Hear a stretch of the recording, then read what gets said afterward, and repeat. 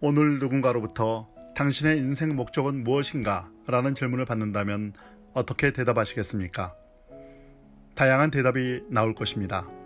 그 대답에 따라 인생은 전혀 다른 방향으로 나가게 될 것입니다. 인생의 목적을 소명이라고 할 수 있을 것입니다. 문자 그대로는 부르심을 받는다라는 뜻입니다. 얼마 전까지만 해도 소명은 흔하게 듣는 말이었지만 요즘에는 그다지 많이 회자가 되지는 않는 것 같습니다. 사실 팬데믹의 시대에 사는 지금 모두가 생존지향적으로 살지 않으면 안 되기에 소명이란 잊혀진 단어와 같습니다. 그럼에도 우리는 소명이란 단어를 버릴 수 없습니다. 소명은 희미한 옛사랑의 그림자와 같이 일상을 사는 우리 주변에서 아른거립니다. 세계적인 기독 변증가이자 작가인 오스기니스는 인간은 결코 소명을 벗어나 살 수 없으며 소명을 찾는 것이야말로 인생에서 가장 중요한 일이라고 강조합니다. 그는 부르시는 분 없이는 부르심도 없다고 강조하며 나를 따르라고 부르시는 나사렛 예수의 그 부름의 소리에 귀를 기울여야 한다고 말합니다. 지금 우리는 소망이 소유가 되어버리고 이상이 희귀해져가는 시대에 살고 있습니다. 그러기에 역설적으로 지금이야말로 다시 소명을 생각해야 할 시간이라고 할 수 있습니다. 코로나 바이러스로 인한 자발적 멈춤의 시간에 다시 소명을 생각하며 우리를 부르시는 나사렛 예수의 소리에 귀를 기울일 수 있다면 좋겠습니다. 오스기니스의 말을 들어보겠습니다. 소명이란 무엇인가? 소명이란 하나님이 우리를 너무나 결정적으로 부르셨기에 그분의 소환과 은혜에 응답하여 우리의 모든 존재, 우리의 모든 행위, 우리의 모든 소유가 헌신적이고 역동적으로 그분을 섬기는 데 투자된다는 진리다. 우리 가슴 속에는 우리가 이 땅에 존재하는 목적을 성취하고자 하는 열망이 있다. 자기 인생의 목적을 발견해서 그것을 성취하는 것은 결코 다른 사람이 대신 해줄 수 없는 일이다. 우리는 가장 깊숙한 곳에서 우리 자신보다 더 큰 목적을 발견하고 그것을 성취하기를 원하고 있는 것이다. 그처럼 좀 더 큰 목적만이 우리로 하여금 우리 스스로는 결코 도달할 수 없는 높은 곳까지 이르도록 이끌 수 있다. 우리 각자에게 자신의 진정한 존재의 목적을 찾는 것보다 더 중요한 것은 없다. 우리에겐 그것을 발견할 수만 있다면 어떤 대가든 지불할 준비가 되어 있다. 그것을 발견하지 못했다면 만점을 얻고도 인생에서 낙제할 수 있다. 그것은 우리가 무엇을 하기 위해 그리고 왜 여기에 있는지를 아는 것이다. 이에 대해 덴마크의 유실론적 철학자 키에르케고르는 이렇게 썼다.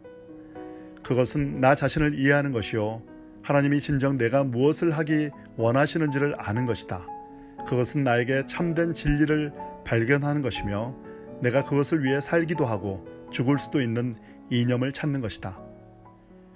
키에르케고르가 말한 그것, 내가 그것을 위해 살기도 하고 죽을 수도 있는 어떤 것이 바로 소명이다.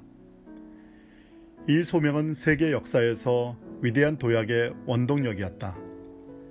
시내산에서 있었던 유대민족의 형성, 갈릴리에서 있었던 기독교 운동의 탄생, 16세기 종교개혁과 그로 인한 근대세계의 발흥이 그러한 예다.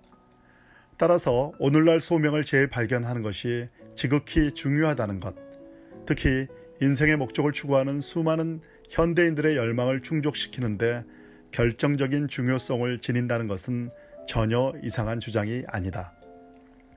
우리는 내 길이 아닌 것에서 해방되어 내 소명을 발견하면서 비로소 내가 누구인지를 알게 된다. 내 길이 아닌 것에서 해방되어 내 소명을 발견하기 위해서 우리는 인생의 존재의 의미가 되어주신 하나님을 만나야 한다. 하나님을 만나야만 내가 누구인지를 알게 되며 진정한 소명을 발견할 수 있다. 그런데 중요한 것은 우리는 하나님 없이는 하나님께 도달할 수 없다는 사실이다. 우리는 하나님 없이는 하나님을 만족시킬 수 없다.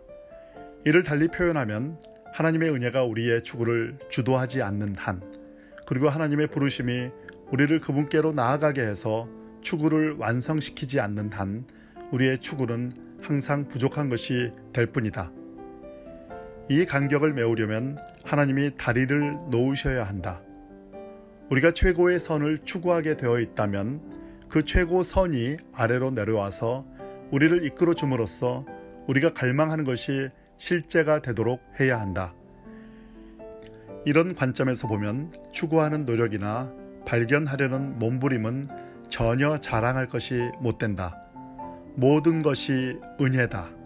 추구에 담긴 비밀은 우리 인간이 하나님께로 올라가는 데 있는 것이 아니라 하나님이 우리에게 내려오시는 데 있다. 우리가 탐색을 시작하긴 하지만 결국에는 우리가 발견된다. 우리가 무엇인가를 찾고 있다고 생각하지만 우리가 절대적인 존재에게 발견되었음을 깨닫게 된다. 우리가 집으로 갈 수 있는 것은 우리가 집으로 가는 길을 발견했기 때문이 아니고 그곳에서 줄곧 우리를 기다리고 계셨던 아버지가 부르셨기 때문이다. 그분의 임재야말로 집을 진정한 집으로 만든다. 오늘날 사람들은 많은 것을 추구한다. 물질과 명예를 추구하지만 더 높은 것들을 추구하는 열망도 강하다.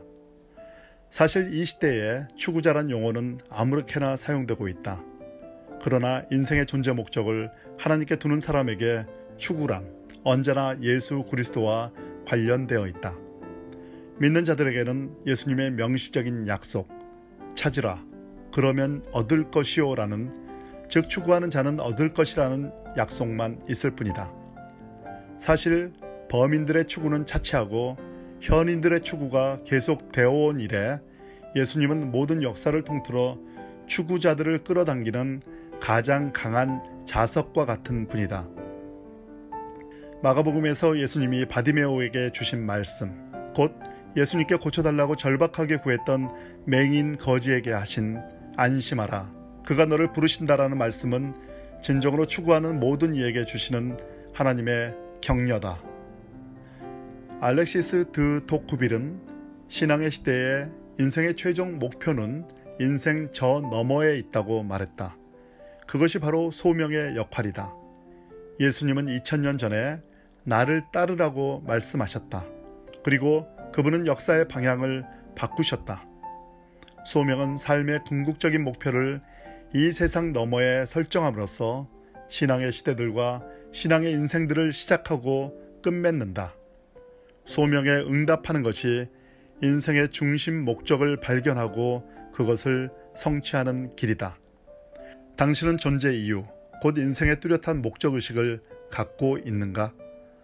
혹은 당신은 인생은 변화무쌍한 결의의 산물이거나 당신 외부에 있는 무수한 힘들이 작용한 결과라고 믿는가? 당신은 성공 지향적인 삶을 넘어 진정 의미 있는 인생을 살기 원하는가? 의식적이건 무의식적이건 지금까지 찾아 나선 그분을 당신 마음의 진정한 본향이자 단 하나의 소원으로 알고자 하는 간절함이 있는가? 그렇다면 당신을 부르시는 나사렛 예수의 음성에 귀 기울이고 그분의 부르심에 응답하라.